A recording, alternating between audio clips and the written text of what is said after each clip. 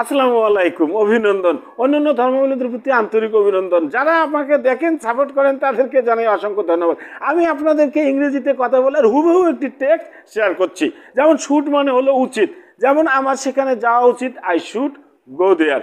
যেমন আমার ভাত খাওয়া উচিত, আই শুড ইট রাইস। যেমন আমার শিক্ষককে সম্মান করা উচিত, আই শুড অবে মাই টিচার। যেমন আমার পিতামাতাকে সম্মান করা উচিত, আই শুড অবে মাই প্যারেন্টস। এভাবে আমি আমার মনের ভাব প্রকাশ করতে পারি। অর্থাৎ উচিত অর্থে যদি আপনি কোনো মনের ভাব প্রকাশ করেন, সেক্ষেত্রে আপনাকে শুড ব্যবহার করতে হবে।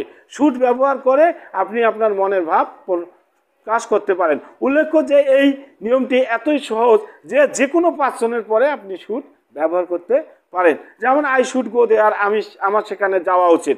যেমন আমার খাওয়া উচিত, আই শুড ইট। যেমন তোমার যাওয়া উচিত, ইউ শুড গো। যেমন তোমার অনুসরণ করা উচিত, ইউ শুড